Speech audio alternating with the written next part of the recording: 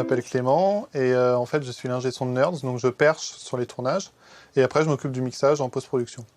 Alors le mixage c'est en fait quand on enregistre Nerds, quand on tourne, on n'enregistre qu'une seule chose, c'est la voix des comédiens, donc à travers un micro qui est au bout d'une perche, moi je tiens la perche. Et après il va falloir rajouter en post-production les sons des jeux vidéo, les différents éléments sonores, ça peut être le téléphone qui va sonner, le frigo qui fait du bruit, des trucs comme ça. Après en fait il va falloir mettre les volumes à niveau parce que sinon on va par exemple les voix vont pas être audibles parce que le son du jeu va être trop fort, etc. Et aussi ce qui est très important c'est que vu que le son du jeu je l'enregistre directement en sortie de console, il faut faire croire aux gens qu'en fait il sort de la télé. Bah, en fait, non, Poulpe ne joue pas vraiment au jeu quand il est en train de jouer, parce que sinon, c'est très difficile. On voit déjà Marcus comment il galère quand il fait les trucs, et là c'est quasiment impossible de jouer de la fiction et en même temps de être concentré sur le jeu vidéo, etc. Enfin, on n'arriverait pas à avoir quelque chose de cohérent.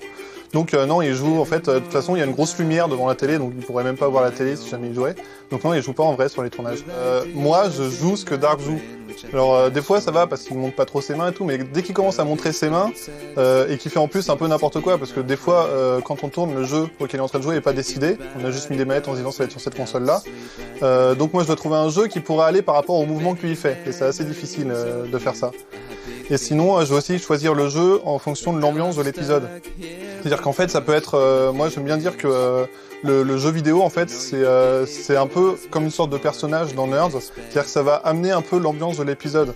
C'est-à-dire que par exemple les épisodes sur GTA 4 ou GTA on en a fait pas mal, et moi c'est un exemple concret, c'est un moment où il y a Jérôme qui rentre et qui dit tu sais moi quand je me venge, vous savez jusqu'où je peux aller, à ce moment-là on entend une sonnerie de flic en fait dans le jeu vidéo, parce que c'est pour rappeler aux gens ce qu'il avait fait quand il avait dénoncé Dark en fin de première saison. Donc quand les scénaristes choisissent un jeu, là il va falloir que je fasse avec. Bon, en général, ça va, ils choisissent quand même ce qu'il faut. Mais par exemple, là, on a un épisode où Dark, en fait, finit Shadow of the Colossus sur tout l'épisode. Donc c'est un jeu qui est assez long, etc. Et il y a une règle, en fait, de cohérence que j'ai essayé que j'applique à Nerds depuis le début, sauf une fois où j'ai fait exprès, mais c'était pour autre chose. Mais il y a une règle de cohérence où on essaie toujours vraiment d'être cohérent par rapport à ce qui se passe. C'est-à-dire que si jamais il finit Shadow of the Colossus, on va mettre le son du premier boss. Parce que voilà, après peut-être que des gens ils vont pas le voir, peut-être qu'ils vont le voir, on n'en sait rien, mais enfin c'est complètement illogique. On essaye d'avoir cette cohérence-là, par respect pour le public, parce que voilà, on sait très bien que c'est des joueurs, et que si on fait un truc, une bourde, ils vont s'en rendre compte. Donc pour Shadow of the Colossus, en fait, heureusement il y a Thierry qui m'a aidé parce qu'il avait une partie bien avancée, parce qu'il aime bien le jeu. Et en fait, on a refait plusieurs boss à différents moments du jeu, pour en fait ponctuer un peu l'épisode dans le temps.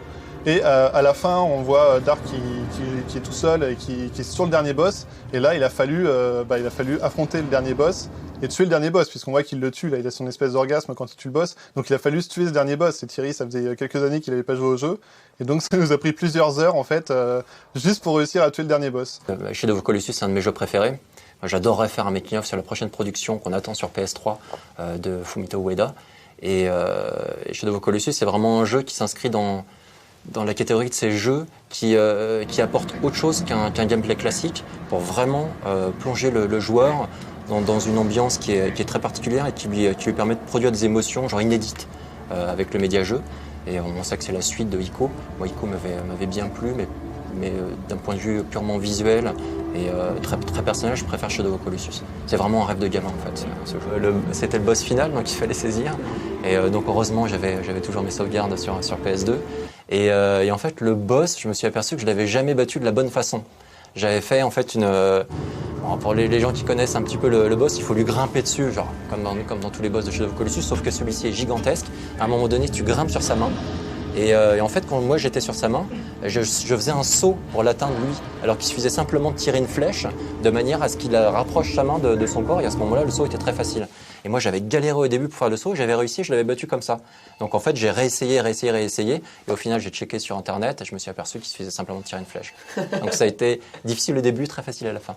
En fait, le problème, c'est qu'il avait été au boss en mode time attack. Donc, ça veut dire que c'est juste un mode time attack pour essayer de tuer le boss le plus rapidement possible. Ça fait qu'une fois qu'on a tué le boss, on revient dans le hall principal du jeu et on n'a pas la vraie fin du jeu. Seulement, Dark, lui, ça continue. Il pose la manette, mais le jeu continue à défiler. Donc, normalement, il y a la vraie fin du jeu. Donc, en fait, on a dû recommencer encore une fois à tuer le vrai boss, mais ce coup-ci dans le mode scénario, pour avoir la vraie fin du jeu. Et en fait, ça dure pas longtemps. On a 5 secondes, on entend juste des chevaux qui font une course.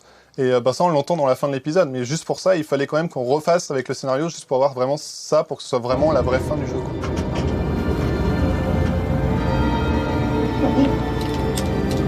Oh, fuck. a fait à peu près 4 heures de jeu pour peut-être 1 minute 30 à l'image, quoi. Même pas. Mais bon, c'est pour être cohérent, parce que voilà, c'est ça aussi qui fait Nerds, quoi.